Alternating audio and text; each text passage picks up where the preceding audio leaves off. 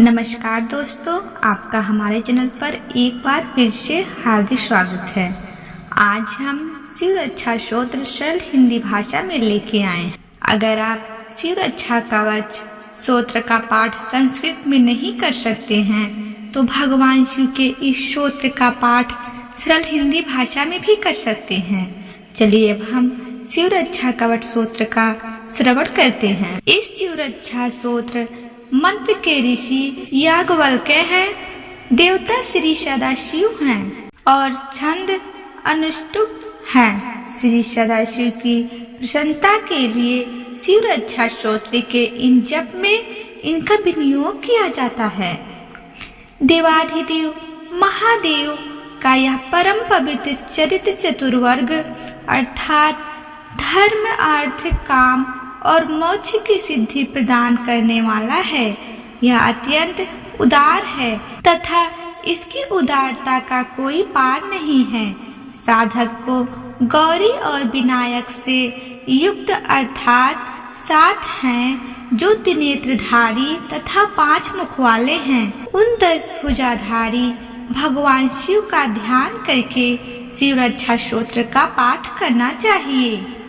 गंगा को अपने जटाओं में धारण करने वाले गंगाधर शिव मेरे मस्तक की, अर्धचंद्र को धारण करने वाले अर्धेंदु शेखर मेरी ललाट की, मदन अर्थात कामदेव का ध्वंस करने वाले मदन दहन मेरे दोनों नेत्रों की तथा सर्प को आभूषण के रूप में धारण करने वाले सर्व विभूषण शिव मेरे दोनों कानों की रक्षा करे।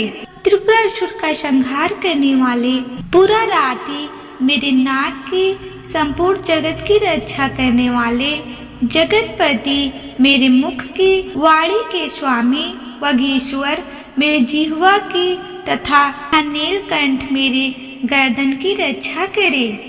जिसके कंठ में श्री अर्थात सरस्वती निवास करती हैं, ऐसे श्री कंठ मेरे कंठ की, विष्णु की धुरी को धारण करने वाले विष्णु धुरंधर शिव मेरे दोनों कंधों की, पृथ्वी के भार स्वरूप दैत्य आदि का संहार करने वाले भूभार संहर्ता शिव मेरी दोनों भुजाओं की, धनुष धारण करने वाले पिनाक धृक मेरे दोनों हाथों की रक्षा करे।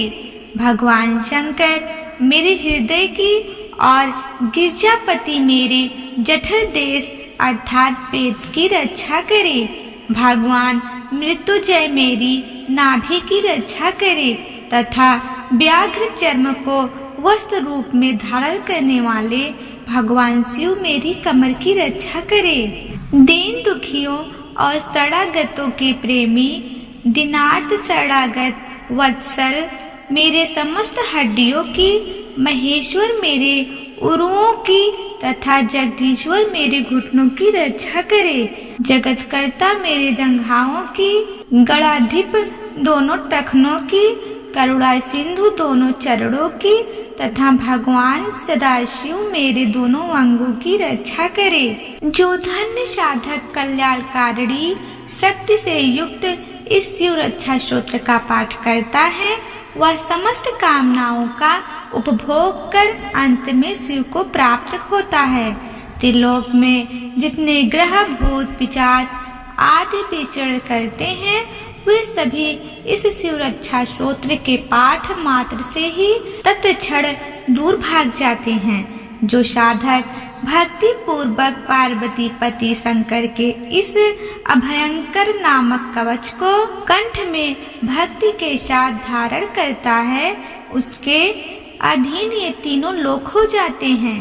भगवान नारायण ने स्वप्न में याज्ञवल्क्य ऋषि को इस शिव रक्षा स्तोत्र का जिस प्रकार उपदेश किया, योगींद्र मुनि ने प्रातः काल उठकर उसी प्रकार इसे लिख दिया। इस प्रकार शिव रक्षा स्तोत्र अर्थ सहित संपूर्ण हुआ।